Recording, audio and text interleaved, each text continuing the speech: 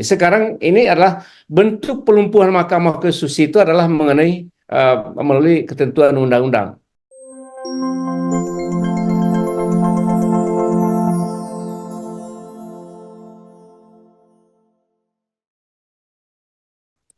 Kalau tadi Prof. Susi bilang runtuhnya independensi eh, Mahkamah Konstitusi, bagi saya ini adalah ancaman sangat serius terhadap negara hukum, ya.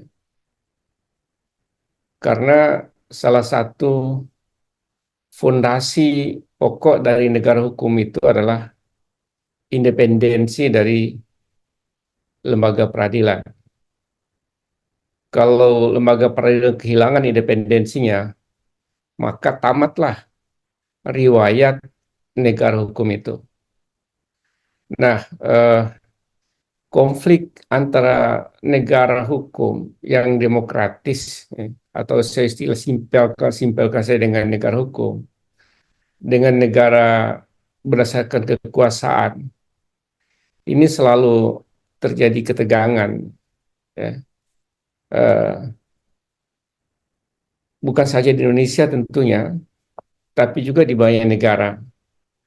Dan ancaman terhadap fondasi negara hukum, yaitu independensi lembaga peradilan itu, pintu masuknya adalah rata-rata memang uh, terkait dengan rekrutmen uh, masa jabatan dari hakim, di luar masalah kewenangan.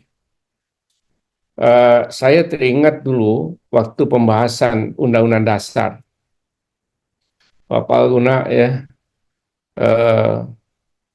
dulu itu kita menyebutkan secara limitatif dan rinci kewenangan Mahkamah Konstitusi itu untuk menghindari nanti diganggu oleh kekuasaan pembentuk undang-undang. Seandainya tidak kita rinci seperti ini, saya kira jantung inilah yang akan terus diganggu oleh Mahkamah Konstitusi. Karena kewenangannya tidak diganggu, karena diatur secara limitatif dan tegas dalam konstitusi, maka pintu masuk untuk mengganggu independensi ini adalah pada masa jabatan dan pengawasan. Saya kira dua aspek inilah yang menunjukkan perubahan-perubahan undang-undang Mahkamah Konstitusi itu terkait dengan dua sisi ini, yaitu masalah masa jabatan dan pengawasan hakim konstitusi yang sejak awal inilah yang kalau kita review eh, undang-undang dan perubahan undang-undang selanjutnya dari Undang-Undang 24 2003 itu terkait dua sisi itu, ya. Memang ada sedikit mengenai hukum acara, tapi sangat tidak signifikan, ya, pengaturan baru mengenai hukum acara dalam perubahan-perubahan undang-undang MK itu.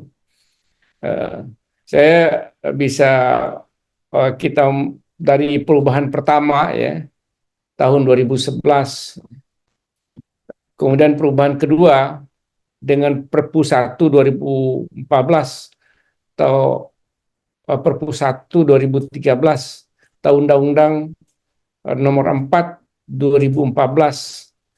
Kemudian di perubahan ketiga tahun 2020, termasuk rancangan perubahan yang sekarang ini. Yang kesemua itu, ya, pada pokoknya terkait dengan masalah masa jabatan dan pengawasan. Nah,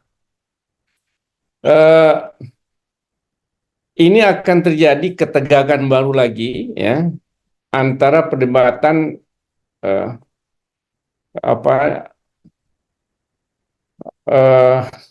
supremasi konstitusi dan supremasi hukum dengan kekuasaan politik, ya. Jadi apa yang ditujukan dalam rancangan undang-undang ini, ya, saya ingin melihat dari sisi substansinya. Itu adalah bentuk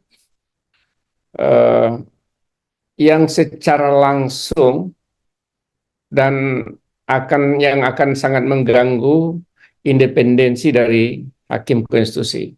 ada pengaturan masa jabatan 10 tahun. Ya. Kemudian 10 tahun itu dibagi dua. 5 tahun pertama, kemudian 5 tahun kedua untuk mendapatkan masa jabatan harus dengan persetujuan dari DPR.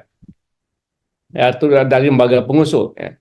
Dari DPR misalnya, usul DPR, kemudian dari Presiden, kemudian dari Mahkamah Agung. Nah, ini menunjukkan bahwa eh, posisi hakim konstitusi menjadi sangat tergantung pada lembaga pengusul, terutama untuk masa jabatan periode melanjutkan periode 5 tahun selanjutnya. Ketentuan ini masih lebih bagus daripada yang lama. Yang lama itu hanya 5 tahun itu. Kalau 5 tahun itu ya udah selesai. Kalau mau ikut ya kira-kira diberi kesempatan atau dengan melakukan pengangkatan ulang. Ya. Tapi ini kan dengan persetujuan. Jadi artinya yang lama itu ada kepastian masa jabatan, ini justru tidak mengandung unsur kepastian masa jabatan, sehingga sangat besar ruangnya ketentuan mengenai persetujuan ini akan berdampak pada independensi dari hakim konstitusi itu sendiri. Nah, itu yang masalah krusial yang pertama ya. Masalah krusial yang kedua terhadap hakim konstitusi existing ya. Tadi sudah disampaikan bahwa untuk hakim konstitusi yang belum mencapai masa jabatan 10 tahun, tapi sudah lewat 5 tahun, harus meminta persetujuan lagi dari lembaga yang mengajukan. Nah, ini paling tidak ada 2 hakim yang terancam di situ, ya, akan berhenti segera kalau undang-undang ini diberlakukan, yaitu Hakim Konstitusi Saldi Isra dan Hakim Konstitusi Prof. Eni. Ya. Kemudian Hakim Konstitusi yang sudah 10 tahun, ya, kalau untuk memperpanjang masa jabatannya harus dengan persetujuan juga dari lembaga yang mengajukan. Ini ada contrario interminis ya. Masa jabatan ditegaskan 10 tahun. Tapi ada yang sudah lewat 10 tahun, diberikan masa jabatan yang lebih lama lagi. Jadi artinya ini melebihi 10 tahun.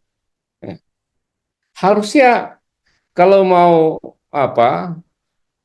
dan tidak ada ketentuan bahwa hakim konstitusi sudah masa jabatan 10 tahun bisa ikut lagi untuk masa jabatan 10 tahun masa jabatan 10 tahun berikutnya, tidak ada. Dan ini benar-benar undang-undang ini kontradiksi di dalamnya. Dipastikan undang-undang memastikan menentukan masa jabatan 10 tahun, tapi hakim yang sekarang sudah lebih 10 tahun masih diberikan kemungkinan lagi untuk masa jabatan selanjutnya. Masalah sampai kapan? Ya. Apakah dalam termin sampai maksimum 10 tahun lagi? Berarti kan 20 tahun masa jabatan itu. Jadi ini masalah-masalah substansi yang ditemukan dalam undang-undang ini. Kemudian yang kedua, masalah pengawasan. Nah, masalah pengawasan ini kan berkali-kali dikeluarkan oleh MK, kemudian oleh DPR, oleh undang-undang, kemudian diuji, kemudian dibatalkan. Ya. Dulu ada pengawasan oleh DPR, satu usulan DPR, satu yang pengawas itu ditunjuk oleh DPR, satu ditunjuk oleh pemerintah, satu ditunjuk oleh MA, kemudian 2 oleh KY. Nah, ini kan diubah undang-undangnya karena itu bermasalah dan mengganggu posisi independensi Mahkamah Konstitusi. Kenapa? Dan sampai pada berbagai putusan Mahkamah Konstitusi itu tidak boleh diawasi oleh lembaga yang lain. Walaupun lembaga yang lain itu tidak secara institusi, tapi menunjuk orangnya yang akan mengawasi Mahkamah Konstitusi. Nah, ini satu orang diajukan oleh Presiden, satu orang diajukan oleh DPR satu orang diajukan oleh MA, tidak ada bedanya ketentuan yang dulu dibatalkan, ya, bahwa itu bertentangan dengan konstitusi. Ya, ini maju lagi masalah pengawasan, di mana eh, masing-masing lembaga yang mengajukan itu juga akan ikut selanjutnya mengawasi. Nah, eh, saya kira dua sisi itu, ya, yang kita melihat bahwa eh, ancaman, jelas-jelas ancaman nyata terhadap independensi dan juga negara hukum. Nah, saya ingin melihat ya di ini model ancaman dan pengaruh antara ketegangan antara kekuasaan pembentuk undang-undang dengan Mahkamah Konstitusi, ya. Ya. Ini juga terjadi di banyak negara yang lain. Di Rusia pernah menghadapi hal yang sama. Kemudian kalau tidak salah di Belarusia, kemudian juga di Turki, ya, itu menghadapi hal yang sama, dan itu rata-rata terkait dengan itu, bahkan bahkan salah satu di Mahkamah Konstitusi, apa Belarus atau apa, tidak mengirimkan hakimnya, sehingga kosong itu hakim konstitusi, karena apa? Itu bentuk bentuk melumpuhkan Mahkamah Konstitusi. Sekarang ini adalah bentuk pelumpuhan Mahkamah Konstitusi itu adalah mengenai melalui ketentuan undang-undang. Ada juga bentuk pelumpuhannya dengan tidak mengisi jabatan hakim konstitusi yang dilakukan oleh lembaga kekuasaan negara yang lain. Jadi kalau ini bentuk pelumpuhannya melalui undang-undang. Dan kalau kita lihat masa jabat di negara-negara lain, ya, justru kalau saya lihat di Rusia, Rusia itu dulu 6 tahun, kemudian uh, dapat diperpanjang satu periode jadi 12 tahun.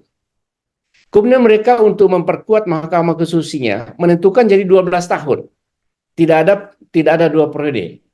Kemudian terakhir, MK Rusia itu lifetime. Jadi kenapa kebijakan seperti itu? Karena untuk memberikan penguatan dan jaminan independensi kepada Mahkamah Konstitusi. Dan juga Turki, ya. Turki yang tadinya 6 tahun jadi 12 tahun, ya. Dan di banyak negara lain justru untuk memberikan penguatan terhadap Mahkamah Konstitusi, maka isu jabatan yang menjadi sangat penting. Dan mengapa juga sebenarnya dulu perubahan undang-undang dari isu jabatan eh, yang periodik itu menjadi satu periode di perubahan yang lalu, dalam rangka mengikuti satu tren jaminan independensi Mahkamah Konstitusi di berbagai negara di mana tidak ada periodisasi. Nah, sekarang tidak ada periodisasi, tapi di rancangan undang-undang ini sama saja dengan periodisasi, tapi bagi saya ini lebih berbahaya karena harus membutuhkan persetujuan untuk masa jabatan uh, selanjutnya. Nah, ini juga isu dulu yang pernah DPR kemukakan dalam posisi Hakim Agung. Dulu juga Hakim Agung setiap 5 tahun mau dievaluasi, perdebatannya luar biasa. Saya kira waktu zaman RUU-nya waktu zaman Pak Bagir, tapi ditolak oleh semua orang.